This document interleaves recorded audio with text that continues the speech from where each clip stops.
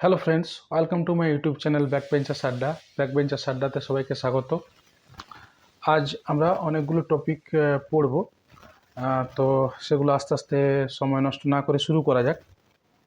তো দেখো, প্রথম কথা হচ্ছে যে আমরা অ্যাটম বা পরমাণুকে কিন্তু খালি চোখে দেখতে পাই না। ইভেন কোনো মাইক্রোস্কোপ, কোনো যন্ত্র আবিষ্কার হয়নি যার থ্রু দিয়ে আমরা পরমাণুকে আমরা দেখতে পাবো। ঠিক আছে, ইলেকট্রন প্রোব মাইক্রোস্কোপ বলে একটা মাইক্রোস্কোপ আছে, যার থ্রু দিয়ে আমরা কিছুটা মোটামুটি একটা পিকচার আমরা নিতে পারি। তাতেও আমরা পরমাণুর গঠন সম্পর্কে বা অ্যাটমিক স্ট্রাকচার সম্পর্কে কোনো আইডিয়া পাই না। তো সেই জন্য আমাদেরকে কি করতে হয়, একটা ইনডাইরেক্ট মেথড আমাদেরকে নিতে হয়। ইনডাইরেক্ট মেথড যেটা অ্যাটমিক স্ট্রাকচার সম্পর্কে আমাদের কি করে একটা ভালো আইডিয়া দেয়। সেটা সবথেকে ভালো উপায় কি, যে অ্যাটমকে এক্সাইট করা, অ্যাটমকে উত্তেজিত করা। ঠিক আছে, এবং তার থেকে যে রেডিয়েশন বা বিকিরণ বার হয়, সেই বিকিরণকে অ্যানালাইজ করে। তো এই যে বিকিরণটা বার হয়, এই বিকিরণটা একটা পর্দাতে ফেলা হয়। সেই পর্দাতে যে লাইনগুলো পাই আমরা, সেটাকে বলা হয় স্পেকট্রা। তো এই স্পেকট্রা কী ধরনের হয়? স্পেকট্রা দু টাইপের হয়। একটার নাম হচ্ছে অ্যাবজর্পশন স্পেকট্রা। স্পেকট্রা দু ধরনের হয়, একটার নাম হচ্ছে অ্যাবজর্পশন স্পেকট্রা, আর সেকেন্ড হচ্ছে ইমিশন স্পেকট্রা। ঠিক আছে, এখন আমরা অ্যাটমের কথা বলছি না, এখন কোনো সাবস্টেন্সকে বা কোনো বস্তুকে আমরা আমরা এক্সাইট করছি বা উত্তেজিত করছি। সে অনেক রকমের স্পেকট্রা আমাদের দেয়। তার মধ্যে ব্রডলি আমরা কী করতে পারি? Absorption Spectra and emission Spectra. Absorption Spectra আমরা কখন পাবো? যখন কোনো কোনো সাবস্টেন্সকে আমরা কি করি? রেডিয়েশন দিই বা কোনো বিকিরণ দিই। ধরো এটা একটা সাবস্টেন্স, ঠিক আছে, একে আমরা কি করছি? রেডিয়েশন দিচ্ছি। ঠিক আছে, এই রেডিয়েশন দিলে কি হয়? সে কিন্তু কিছু কিছু কিছু কিছু কিছু ওয়েভ লেংথের বা কিছু কিছু তরঙ্গ দৈর্ঘ্যের বা কিছু কিছু ফ্রিকোয়েন্সি, একই জিনিস, ফ্রিকোয়েন্সি ওয়েভ লেংথ দিয়ে বলা, সে শোষণ করে এবং বাকি ওয়েভ লেংথগুলোকে সে ছেড়ে দেয়। তো যে যে ফ্রিকোয়েন্সিগুলোকে শোষণ করে, সেই জায়গাটা আমরা কি পাই? ডার্ক এরিয়া পেয়ে যাই। ঠিক আছে, অ্যাবজর্পশনের ক্ষেত্রে। ঠিক আছে, যেমন ধরো যদি এটা একটা পর্দা হয় আমাদের, সাপোজ এটা একটা পর্দা, এটা যদি একটা পর্দা হয়, তাতে আমরা কি পাই? এরকম এরকম এরকম পাওয়া যায়। সাপোজ এটা এটা এটা এটা হচ্ছে এটা হচ্ছে ব্রাইট এরিয়া, তারপর একটা ডার্ক এরিয়া পাই। ডার্ক এরিয়া যেটা আছে অ্যাবজর্পশনের ক্ষেত্রে, এই ডার্ক লাইন, এটা হচ্ছে কি? এটা হচ্ছে যে ওই ওয়েভ লেংথের বা ওই ফ্রিকোয়েন্সি, এদিকে আমি যদি ল্যামডা দিই, ওই ওয়েভ লেংথের বা কোনো একটা ফ্রিকোয়েন্সির আলোকে সে শোষণ করেছে।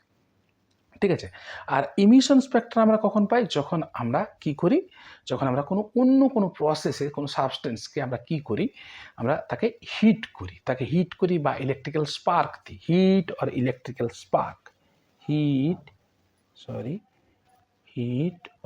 ইলেকট্রিক্যাল, আরও অনেক প্রসেস আছে, কিন্তু ইলেকট্রিক্যাল স্পার্ক নর্মালি ইউজ করা হয়। তখন আমরা কি করি? তখন আমরা ইমিশন স্পেকট্রা পাই। ইমিশন স্পেকট্রা কি? যখন হিট বা ইলেকট্রিক্যাল স্পার্ক দেওয়া হয়, তখন যে সাবস্টেন্স আছে সে তার কি হয়? তার এনার্জি উত্তেজিত অবস্থায়, তার যে অ্যাটমের মধ্যে বা মলিকুলের মধ্যে যে ইলেকট্রন আছে, সে উত্তেজিত অবস্থায় চলে যায় এবং উত্তেজিত অবস্থায় সে বেশিক্ষণ থাকতে পারে না। ঠিক আছে, এবং সে আবার নিচের আবার স্থিতাবস্থায় ফিরে আসে এবং এনার্জি সে বিকিরণ করে, সেটা কি? লাইট হিসাবে বা রেডিয়েশন হিসাবে। ঠিক আছে, এটার নাম হচ্ছে ইমিশন স্পেকট্রা। তাহলে আমরা ইমিশন স্পেকট্রা কখন পাই? যখন আমরা কোনো একটা সাবস্টেন্সকে হিট দিই, আমরা কোনো একটা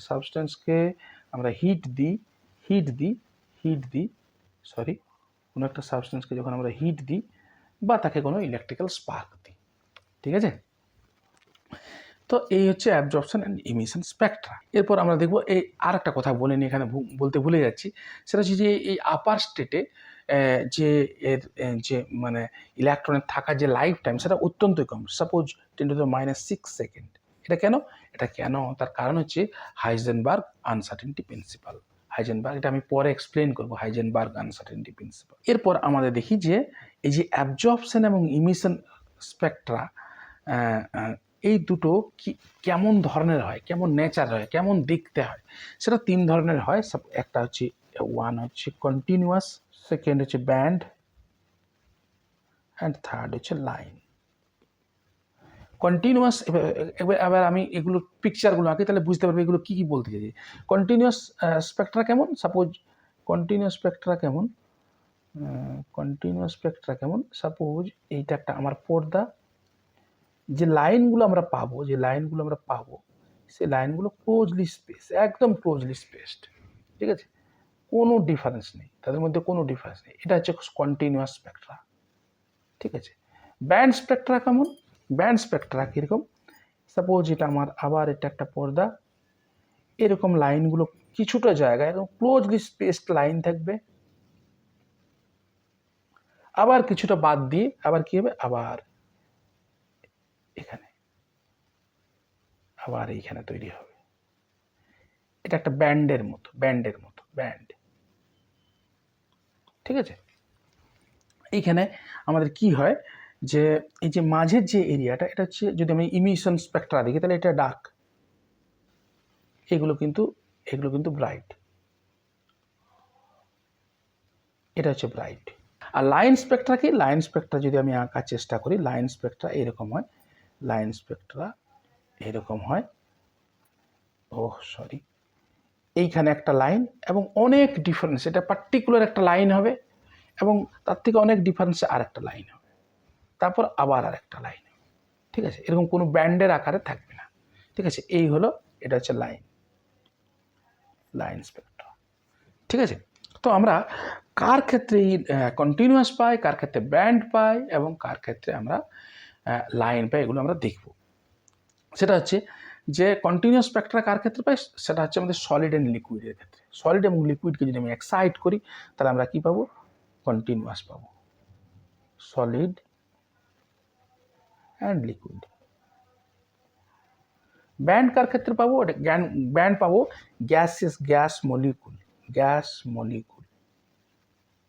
গ্যাস মলিকুলকে যদি আমি এক্সাইট করি তাহলে আমরা কি পাবো, ব্যান্ড স্পেকট্রা, ঠিক আছে। এরপর লাইন স্পেকট্রা কার ক্ষেত্রে পাবো, অ্যাটমের ক্ষেত্রে।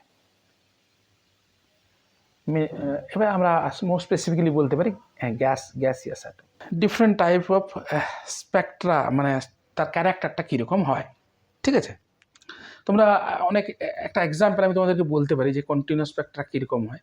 সাপোজ তোমরা কোনো একটা আয়রন রডকে হিট করছো, কোনো একটা আগুনের মধ্যে দিয়ে দিয়েছো, তাকে হিট করছো, প্রথমে দেখবে সে একটু লাল হয়ে যাবে, আবার যদি টেম্পারেচার বাড়াও আস্তে আস্তে হলুদের দিকে যাবে।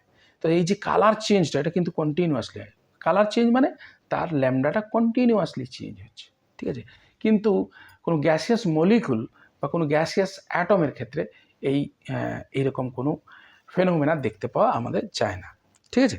সাবস্টেন্সকে বা কোনো একটা সাবস্টেন্সকে বা গ্যাসিয়াস মলিকুলকে বা গ্যাসিয়াস অ্যাটমকে এক্সাইট করে বা উত্তেজিত করে যে লাইট এনার্জিটা আমরা পাই, তার নেচারটা কীরকম হবে সেটা আমরা দেখব। সেটা হচ্ছে আমাদের electromagnetic theory, nature of radiation. তো নেচার অফ রেডিয়েশন সম্পর্কে নিউটন অনেকদিন আগে আলোকপাত করেছিলেন, অনেকদিন আগে এর কথাটা বলেছিলেন যে লাইট হচ্ছে যে টিনি পার্টিকেল, ছোটো ছোটো পার্টিকেলের ফ্লো, সেটা একটা স্ট্রেট লাইনে বা সরল রেখায় সে এক জায়গা থেকে অন্য জায়গায় যায়। সেই থিওরিটার নাম দিয়েছিলেন, সেটা হচ্ছে কর্পাসকুলার থিওরি। এই থিওরিটাকে বলা হয় কর্পাসকুলার। কিন্তু যদি পার্টিকেল হয় তাহলে এর ওয়েভ নেচার থাকবে না, এর ওয়েভ নেচার থাকার কথা নয়, ঠিক আছে। কোনো একটা পার্টিকেল একটা জায়গায় কোনো একটা পার্টিকুলার পজিশনে তার কোনো এক্সটেনশনে কোনো একটা পার্টিকুলার পজিশন নিয়ে সে থাকে, ঠিক আছে। কিন্তু কোনো একটা ওয়েভ তার অনেক দূর পর্যন্ত এক্সটেনশন আছে, অনেক দূর পর্যন্ত বিস্তৃত হয়, ঠিক আছে। ফলে আমাদের যদি কোনো একটা পার্টিকেল, সে কখনোই ওয়েভ নেচার দেখাবে না, ঠিক আছে। সেই সময় আইডিয়া করা হয়েছিল যে কখনোই ওয়েভ নেচার দেখাবে না। কিন্তু লাইটের আমরা ওয়েভের যা নেচার, সেই ওয়েভ নেচার কিন্তু লাইটের মধ্যেও দেখা গেছিলো। সেটা কি সেটা হচ্ছে ডিফ্র্যাকশন, লাইটের ডিফ্র্যাকশন হয়, ইন্টারফারেন্স হয়, পোলারাইজেশন হয়, এইগুলো সব হচ্ছে ওয়েভ নেচারের অন্তর্গত। ওয়েভ নেচার, ঠিক আছে। এগুলো সব হচ্ছে ওয়েভ নেচার। ওয়েভ নেচার যদি কারো না থাকে, তার ডিফ্র্যাকশন হবে না, ইন্টারফারেন্স হবে না, পোলারাইজেশন হবে, ঠিক আছে। তো এই মানে এই যে মতের অমিল হচ্ছিল, এইটাকে মোটামুটি একটা মানে মানে মোটামুটি একটা ফুলপ্রুফ একটা এক্সপ্লানেশন দিতে পেরেছিলেন, সেটা হচ্ছে Maxwell, J C Maxwell, James Clerk Maxwell. J C ম্যাক্সওয়েলের থিওরিটা হচ্ছে ইলেকট্রোম্যাগনেটিক থিওরি অফ রেডিয়েশন। তার থিওরি স্টেটমেন্টটা কি? স্টেটমেন্টটা হচ্ছে যে এই যে electromagnetic radiation actually oscillating electric field এবং magnetic field, oscillating electric field and magnetic field, তারা কী হয়? পরস্পর পারপেন্ডিকুলার, এবং তারা হচ্ছে সেলফ কনসিস্টেন্ট।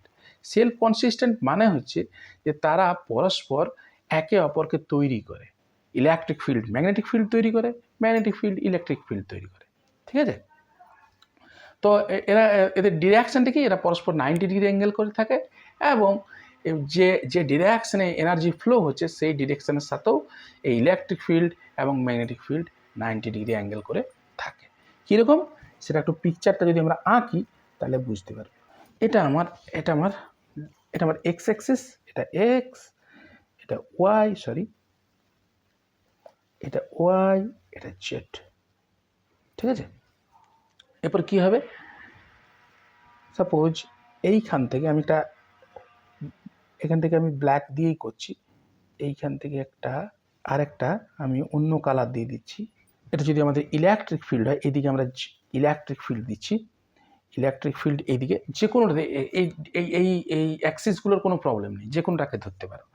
এইদিকে আমরা দিচ্ছি ইলেকট্রিক ফিল্ড ই, অ্যান্ড এদিকে দিচ্ছি আমি ম্যাগনেটিক ফিল্ড এইচ। কেমন করে আছে আমি একটু যদি ছবিটা ভালো করে আঁকার চেষ্টা করি, এইদিকে ইলেকট্রিক ফিল্ডটা এই ডিরেকশন বরাবর ইলেকট্রিক ফিল্ড চেঞ্জ হচ্ছে, ইলেকট্রিক ফিল্ড,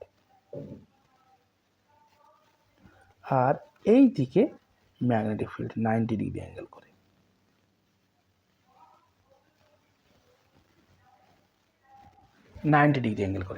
আর এনার্জির ফ্লো কোন দিকে হচ্ছে? সামনে দিকে, এক্স ডিরেকশন বরাবর। তাহলে দেখো ডিরেকশনের সাথে ইলেকট্রিক ফিল্ড এবং ম্যাগনেটিক ফিল্ড 90 ডিগ্রি অ্যাঙ্গেল করে থাকে, এবং ইলেকট্রিক ফিল্ড এবং ম্যাগনেটিক ফিল্ড তারা নিজেরাও 90 ডিগ্রি অ্যাঙ্গেল করে থাকে, ঠিক আছে? তিনটে অ্যাক্সিস বরাবর থাকে, ঠিক আছে? এরা হচ্ছে ইলেকট্রিক ফিল্ড ম্যাগনেটিক ফিল্ড তৈরি করে এবং ম্যাগনেটিক ফিল্ড ইলেকট্রিক ফিল্ড তৈরি করে। এবং এই থিওরির থ্রু দিয়ে ইলেকট্রিসিটি অ্যান্ড ম্যাগনেটিজম যে একই জিনিস, একটা মুদ্রার এপিট, সেটা এই ম্যাক্সওয়েল দেখিয়েছিলেন যে ইলেকট্রিক ফিল্ড ম্যাগনেটিক ফিল্ড তৈরি করতে পারে এবং ম্যাগনেটিক ফিল্ড ইলেকট্রিক ফিল্ড তৈরি করতে পারে, ঠিক আছে? এই হচ্ছে আমাদের ম্যাক্সওয়েলের ইলেকট্রোম্যাগনেটিক থিওরি, ঠিক আছে? এরপর হচ্ছে আমাদের এই যে এবারে বলে রাখি, এই যে ইলেকট্রোম্যাগনেটিক রেডিয়েশনে যত রকমের ইলেকট্রোম্যাগনেটিক রেডিয়েশন আছে, যেগুলো আমরা নর্মালি বলি, যেমন ধরো আমি বলে দিচ্ছি এক্স রে, গামা রে, তারপর আল্ট্রাভায়োলেট, ইনফ্রারেড, তারপর ইনফ্রারেডের পর আবার রেডিও ওয়েভ, এগুলো সব কিন্তু আমাদের তাদের প্রত্যেকের প্রত্যেকের স্পিড হচ্ছে সেম, সেটা হচ্ছে speed of light c = 3 × 10⁸ metre per second. এখানে চেঞ্জ কি হয়? শুধুমাত্র চেঞ্জ হয় প্রত্যেকটা লাইটের ক্ষেত্রে আলাদা, ইনফ্রারেড বা ভিজিবল বা আল্ট্রাভায়োলেটের ক্ষেত্রে কী চেঞ্জ হয়? ফ্রিকোয়েন্সি চেঞ্জ হয় বা ওয়েভলেংথের চেঞ্জ হয়। ফ্রিকোয়েন্সি চেঞ্জ হলে ওয়েভলেংথ চেঞ্জ হবে, ওয়েভলেংথ চেঞ্জ হলে ফ্রিকোয়েন্সি চেঞ্জ হবে, ঠিক আছে? এই হচ্ছে আমাদের ইলেকট্রোম্যাগনেটিক রেডিয়েশন থিওরি ম্যাক্সওয়েলের, ঠিক আছে? এরপর কি আমরা কিছু ওয়েভ প্যারামিটার পড়ব। ওয়েভ প্যারামিটার মানে যেটাকে দিয়ে আমরা ওয়েভটাকে এক্সপ্লেন করতে পারি, বলতে পারি, ঠিক আছে? ওয়েভের কিছু বৈশিষ্ট্য নিয়ে আমরা আলোচনা করতে পারি। যেমন ধরো ফার্স্ট নেচার হচ্ছে অ্যাম্প্লিটিউড মানে হচ্ছে কোনো একটা ওয়েভ ম্যাক্সিমাম যত দূর পর্যন্ত এক্সটেন্ড করতে পারে সেটা হচ্ছে তার অ্যাম্প্লিটিউড। যেমন ধরো সাপোজ এটা আমি যদি একটা ওয়েভ আঁকার চেষ্টা করি, এটা একটা ওয়েভ, এইটা হচ্ছে ম্যাক্সিমাম এত দূর পর্যন্ত এক্সটেন্ড করতে পারে। এটা যদি ই হয়, এটা হচ্ছে ই হচ্ছে অ্যাম্প্লিটিউড, ঠিক আছে? মনে রাখবে যে নর্মাল ওয়েভের যেমন সাউন্ড ওয়েভের ক্ষেত্রে এনার্জিটা বা শক্তিটা ডিপেন্ড করে তার অ্যাম্প্লিটিউডের উপরে এবং তার ফ্রিকোয়েন্সির উপরেও ডিপেন্ড করে। কিন্তু কোনো একটা ইলেকট্রোম্যাগনেটিক রেডিয়েশনের, কোনো একটা সিঙ্গল ইলেকট্রোম্যাগনেটিক রেডিয়েশনের ক্ষেত্রে তার এনার্জি বা শক্তি তার অ্যাম্প্লিটিউডের সঙ্গে সম্পর্কিত নয় বা তার উপর নির্ভর করে না। ঠিক আছে, অ্যাম্প্লিটিউডের ইউনিট হচ্ছে পাস্কাল, পাস্কাল অর ডেসিবেল। এরপর নেক্সট প্যারামিটার হচ্ছে ওয়েভলেংথ। ওয়েভলেংথ কি? যে কোনো একটা কমপ্লিট ওয়েভ যখন তৈরি করে, কোনো একটা কমপ্লিট ওয়েভ যখন তৈরি করে তার যে ডিস্টেন্স, সেটাই হচ্ছে ওয়েভলেংথ। আবার একটা ছবি আঁকি। সাপোজ এটা আমার একটা কমপ্লিট ওয়েভ বানিয়েছি। ঠিক আছে, এই জায়গা থেকে দেখো, এই জায়গার পজিশন আর এই জায়গার পজিশন, এই পজিশনটা হচ্ছে আমাদের, এই পজিশনটা হচ্ছে সিমিলার, এই পজিশনটা হচ্ছে সিমিলার। ঠিক আছে, এই পজিশনটা হচ্ছে সিমিলার এবং এই যে ডিস্টেন্সটা, এই ডিস্টেন্সটা হচ্ছে ল্যামডা। বা তুমি এইখানেও ধরতে পারো, এই জায়গা থেকে এই জায়গা, এই ডিস্টেন্সটা হচ্ছে ল্যামডা বা ওয়েভলেংথ। একটা কমপ্লিট সাইকেল বা একটা কমপ্লিট ওয়েভ যখন তৈরি করে, যে ডিস্টেন্সে তৈরি করে সেইটার ডিস্টেন্সটাই হচ্ছে ওয়েভলেংথ। ঠিক আছে, এটার ইউনিট হচ্ছে সেন্টিমিটার বা মিটার, সেন্টিমিটার অর মিটার। ঠিক আছে, এই হচ্ছে আমাদের নেক্সট প্যারামিটার টাইম পিরিয়ড। মানে হচ্ছে একটা কমপ্লিট ওয়েভ তৈরি করতে সে কত টাইম নেয়। 4 হচ্ছে 4 নাম্বার হচ্ছে ফ্রিকোয়েন্সি। ফ্রিকোয়েন্সি হচ্ছে নাম্বার অফ কমপ্লিট ওয়েভ,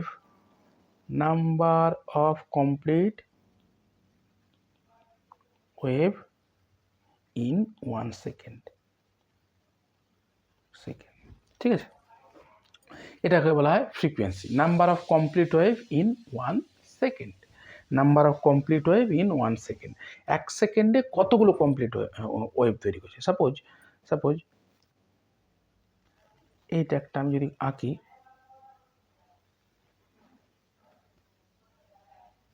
দেখো এইখান থেকে এই পর্যন্ত একটা ওয়েভ, এখান থেকে এই পর্যন্ত আরেকটা ওয়েভ, এইখান থেকে এই পর্যন্ত আরেকটা ওয়েভ।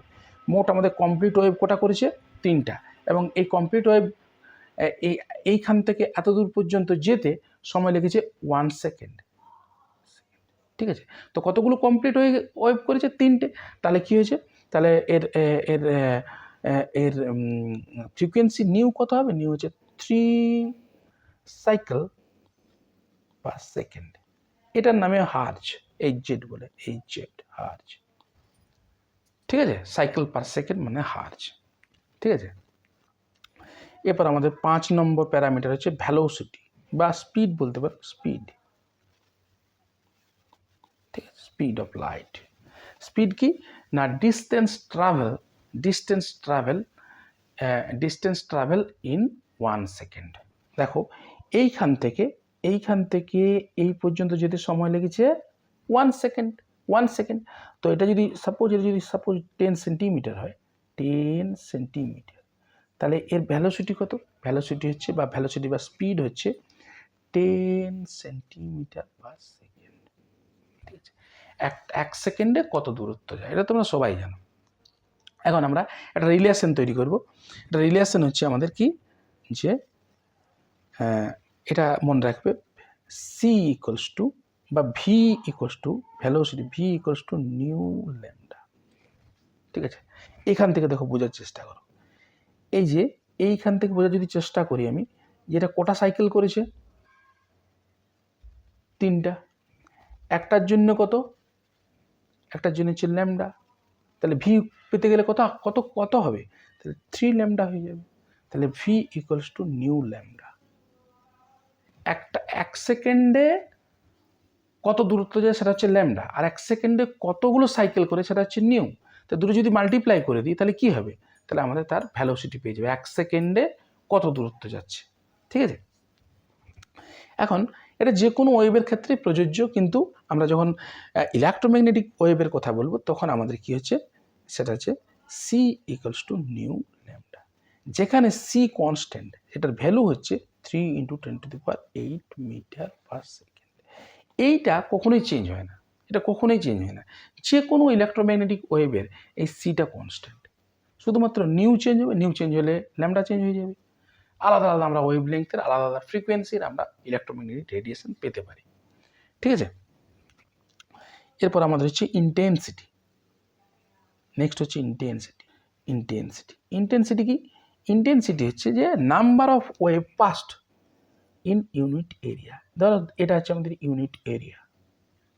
হ্যাঁ, আর একটা জিনিস বলে রাখি, কোন একটা ইলেকট্রোম্যাগনেটিক ওয়েভের এনার্জি ডিপেন্ড করে তার ফ্রিকোয়েন্সি বা তার ওয়েভ লেংথের উপর। ঠিক আছে, কোনো একটা মনে রাখবে, এটা কিন্তু খুব ইম্পর্টেন্ট, কোনো একটা ইলেকট্রোম্যাগনেটিক রেডিয়েশনের এনার্জি ডিপেন্ড করে বা নির্ভর করে তার ফ্রিকোয়েন্সি বা ওয়েভ লেংথের উপর। ঠিক আছে, অন্য কোনো অ্যাম্প্লিটিউড, অন্য কোনো প্যারামিটার যেমন অ্যাম্প্লিটিউড বা তার ইন্টেন্সিটি তার উপর কিন্তু নির্ভর করে না।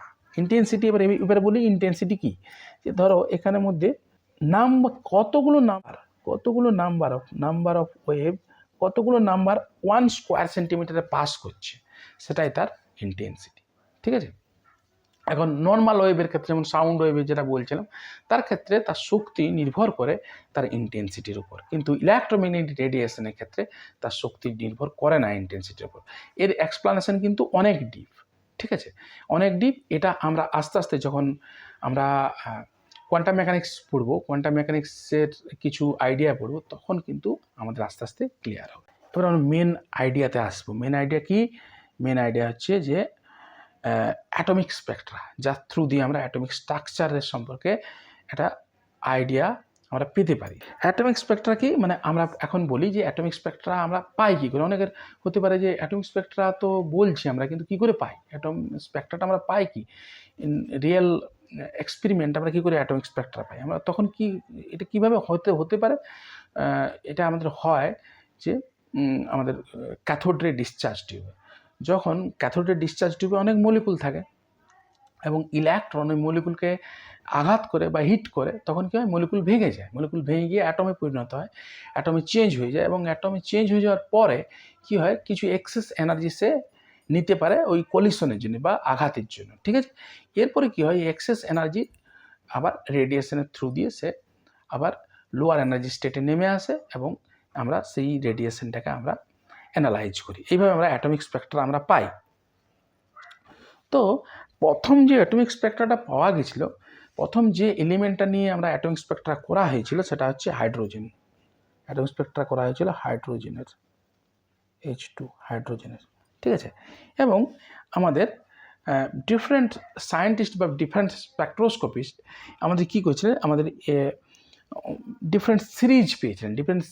ডিফারেন্ট সিরিজ মানে হচ্ছে, সিরিজটা বলি, সিরিজটা কি মানে, ধরো সে আবার পর্দা যদি আঁকি, এখানে আমাদের কি হচ্ছে, এখানে একটা পর্দা পেয়েছি, এখানে একটা পর্দা দেখছি, এবং এইখানে সাপোজ এইখান একটা লাইন, এবং এটা ক্লোজলি স্পেসড নয়, কিন্তু এটা অ্যাটমিক স্পেকট্রা। এখানে একটা লাইন, এখানে একটা লাইন, এরপর অনেকটা অনেকটা অনেকটা অনেকটা হচ্ছে ডার্ক স্পেস। তারপর আমাদের এইখানে আরেকটা লাইন, এখানে আরেকটা লাইন, এবং এখানে আরেকটা লাইন। এইগুলোকে এক একটা সিরিজ বলে। ঠিক আছে, এই সিরিজ পেয়েছিলেন, এবং এই সিরিজগুলো তাদের সায়েন্টিস্টদের নাম অনুসারে সিরিজগুলোর নাম দেওয়া হয়েছে। কি সেটার নাম হচ্ছে লাইম্যান সিরিজ। লাইম্যান সিরিজ, বামার,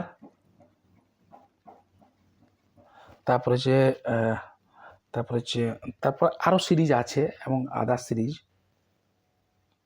আমি বলছি আস্তে আস্তে।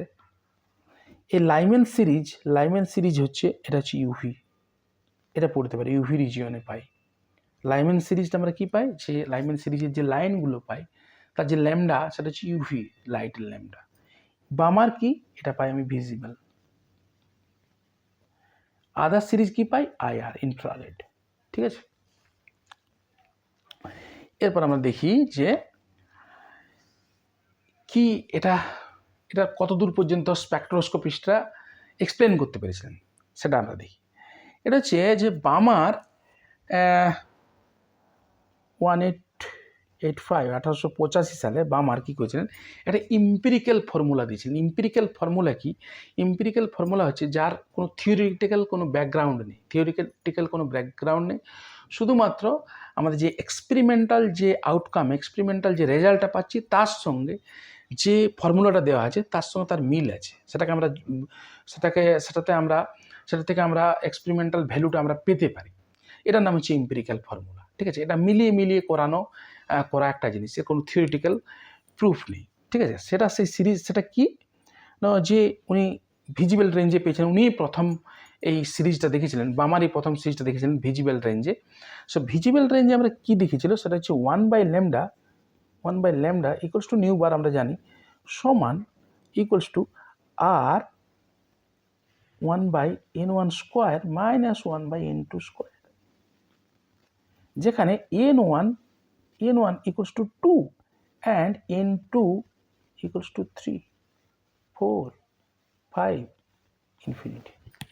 তো এইখানে যদি আমরা n1 equals to 2 এটা ফিক্সড এবং n2 equals to 3, 4, 5 বসাই, তাতে যে আমরা হাইড্রোজেন অ্যাটমকে এক্সাইট করি, যে আমরা আমরা আমরা আমরা লাইনগুলো পাচ্ছিলাম, যে স্পেকট্রাগুলো পাচ্ছিলাম, তার সাথে তার যে তরঙ্গ দৈর্ঘ্য বা তার যে ল্যামডা তার সাথে মিলে যাচ্ছিল। ঠিক আছে, এটা একটা এম্পিরিক্যাল ফর্মুলা উনি দিয়েছিলেন। হ্যাঁ, এখানে আর হচ্ছে রিডবার্গ কনস্ট্যান্ট। রিডবার্গ একজন স্পেকট্রোস্কোপিস্ট ছিলেন, ওনার নাম অনুসারে রিডবার্গ কনস্ট্যান্ট বলা হয়। এটার কি, এটার ইউনিট হচ্ছে এটার ভ্যালু হচ্ছে 109,677.76 সেন্টিমিটার ইনভার্স।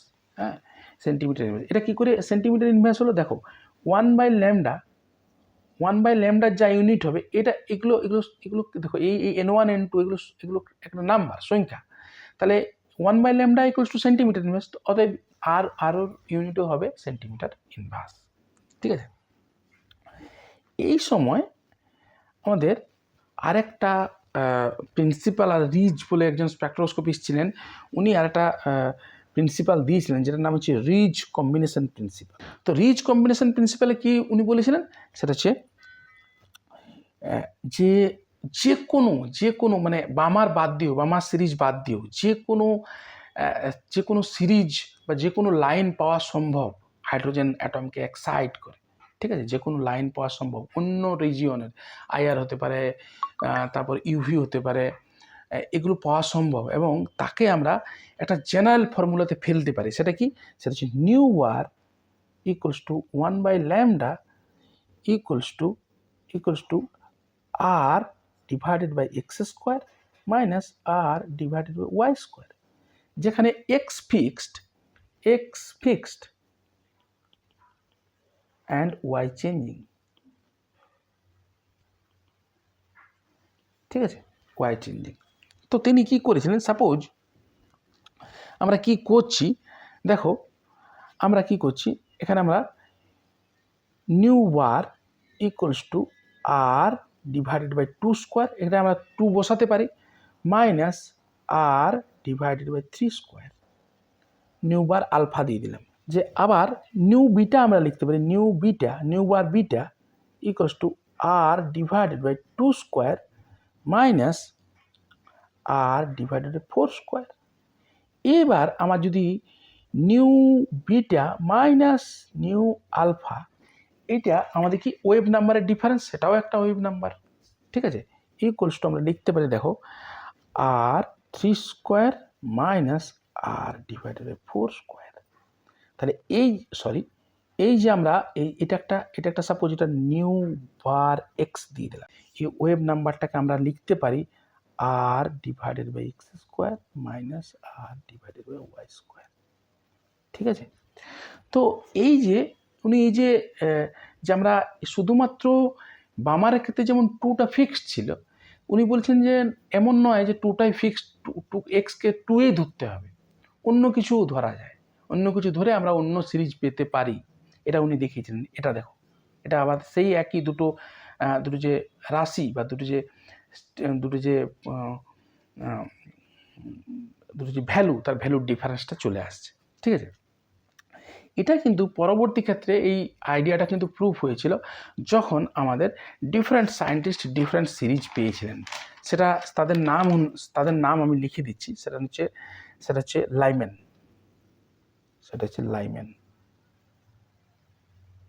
লাইম্যানের ক্ষেত্রে কি হবে, x equals to 1, y equals to 2, 2 3 4 5 dot dot. এরপর কি হবে বামার x ইকুয়ালস টু 2, এগুলো extra fixed, y equals to 3 4 5 6। তারপর পার্সেন, নেক্সট হচ্ছে পার্সেন। পার্সেন কি? পার্সেন হচ্ছে x equals to 3, y equals to 4 5 6 dot. তারপর হচ্ছে bracket, bracket x equals to 4, y equals to 5 6 7, ঠিক আছে। তারপর হচ্ছে ফুন্ড, ফুন্ড x equals to 5, y equals to 6 7 8, ঠিক আছে। হাম্প্রি x equals to 6 and y equals to 7 8 9, ঠিক আছে। এবং আমরা এই সমস্ত সিরিজগুলো আগেই তোমাদেরকে বলেছি কোন সিরিজে কোন সিরিজের মধ্যে কোন ওয়েভলেংথের আমাদের ইলেকট্রোম্যাগনেটিক রেডিয়েশন পড়ে, ঠিক আছে। তাহলে দেখো এই যে রিচ যে কম্বিনেশন প্রিন্সিপালটা দিয়েছিলেন, সেই কম্বিনেশন প্রিন্সিপালটা কিন্তু এক্সপেরিমেন্টালি প্রুফ হয়েছে যখন এনারা এই সিরিজগুলো বার করেছিলেন। এবং তোমরা আগেই দেখেছো কোন সিরিজের মধ্যে কোন কোন ওয়েভলেংথের আলো বা রেডিয়েশন পড়ে, ঠিক আছে। এটাই হচ্ছে স্পেকট্রা অফ হাইড্রোজেন অ্যাটম। এগুলো কিন্তু সব এম্পিরিক্যাল ফর্মুলা, ঠিক। এর কোনো থিওরিটিক্যাল ব্যাকগ্রাউন্ড নেই। থিওরিটিক্যাল ব্যাকগ্রাউন্ড আমরা কখন পাবো? যখন আমরা বোরস থিওরি পড়বো। বোরস থিওরিতে এর কিন্তু এক্সপ্লানেশন আমরা পেয়ে যাব, ঠিক আছে। আর একটা জিনিস তোমাদের বলে রাখা, দুটো জিনিস আমি বলবো তাহলেই শেষ হয়ে যাবে। একে nu bar equals to 1/λ equals to R Z square 1/n1 square minus 1/n2 square. এটা আমাদের জেনারেল ফর্মুলা লিখে রাখতে পারি, যেখানে জেড হচ্ছে atomic number of hydrogen or hydrogen like ion. যেমন হাইড্রোজেন লাইক আয়ন কি? Li2 পজিটিভ, এর মধ্যে একটাই ইলেকট্রন আছে, কিন্তু এর অ্যাটমিক নাম্বার কত? এর অ্যাটমিক নাম্বার 3, He প্লাস। এর অ্যাটমিক নাম্বার কত? 2, কিন্তু এর ইলেকট্রন কত? একটা, ঠিক আছে। তো তার ক্ষেত্রে আমাদের নিউ বার এটা পাবো, ঠিক আছে। আরেকটা তোমাদের পরীক্ষাতে পড়তে পারে, সেটা হচ্ছে maximum number of lines in an emission, ঠিক আছে। কীরকম? যে কতগুলো পসিবল ইমিশন হতে পারে ডিফারেন্ট এনার্জি স্টেট থেকে। যেমন ধরো কোনো একটা অ্যাটমের মধ্যে তার যে ইলেকট্রন আছে তার এনার্জি স্টেটগুলোকে আমি লিখছি। এটা হচ্ছে 1 এনার্জি স্টেট, সব থেকে লোয়ারটা 1 হবে। এটা হচ্ছে 2, এটা হচ্ছে 3। তো ইলেকট্রন আপার এনার্জি স্টেট বলতে 2ও থাকতে পারে, 3ও থাকতে পারে। তো টোটাল কতগুলো আমরা পাবো সেটা আমাদের দেখার, ঠিক আছে। তো আমি দেখো পসিবিলিটিগুলো দেখাচ্ছি। এখান 3 থেকে 1 এলো, যদি ইলেকট্রন 3 এ থাকে, 3 থেকে 2তে আসতে পারে। এবার যদি ইলেকট্রন 2তে থাকে তাহলে তখন কি হবে? ইলেকট্রন 2তে থাকলে 2 থেকে 1 আসতে পারে, ঠিক আছে।